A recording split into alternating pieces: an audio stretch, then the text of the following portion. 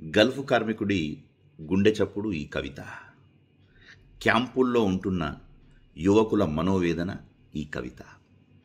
అధిక వడ్డీలకు అప్పులు తెచ్చి పంట భూములను తాకట్టు పెట్టి గంపెడు బాధ్యతలతో ప్రేమను సైతం వదిలేసి కోటి కలలతో ఒంటరిగా గల్ఫ్ దేశం చేరి చెమటోడ్చుతున్న ప్రతి కార్మికుడికి అంకితం ఈ కవిత. ఈ కవిత యొక్క ఈ శీర్షిక యొక్క పేరు చూసిన వేళ. ఎందుకో ఆమెను చూసిన వేళ హృదయం గమ్యం తెలియని దారిలో పోతోంది. ఎందుకో ఆమెను తలిచిన క్షణం కాలమే ఆగిపోతున్నట్టు ఉంటుంది. రాత్రులు పగళ్ళు ఆమె జ్ఞాపకాల తలంగాలలో తేలుతున్నాను. కానీ ఒక నిశ్శబ్ద తెర వెనుక నిస్సహాయంగా నిద్రించే నిశ్చలత్వాన్ని దాచుకుంటున్నాను. చిరునవ్వుతో కన్నీటి కథను ముక్తంగా పలుకుతాను. ఒంటరితనాన్ని పనిలో ముంచి కాలాన్ని వదిలేస్తాను. పాత పాటల్లో పాడుకోలేని బాధల్ని కలుపుకుంటాను. ఎడారి జీవితం మీద కుటుంబ భారాన్ని మోస్తుంటాను. ఈరోజు ఆమె జ్ఞాపకాలు వాక్యాల రూపంలో పలకాలనుకుంటున్నాయి. నాలో చచ్చిపోయిన ఆశల్ని తిరిగి శ్వాసించాలనుకుంటున్నాయి.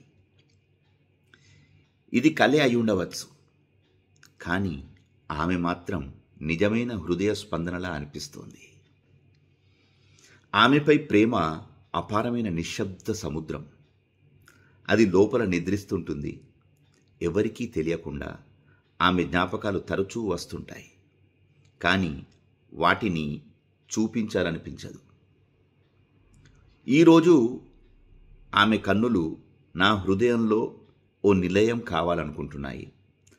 ఆమె మాటలు నిశ్శబ్దంలో నాతో సంభాషించాలనుకుంటున్నాయి.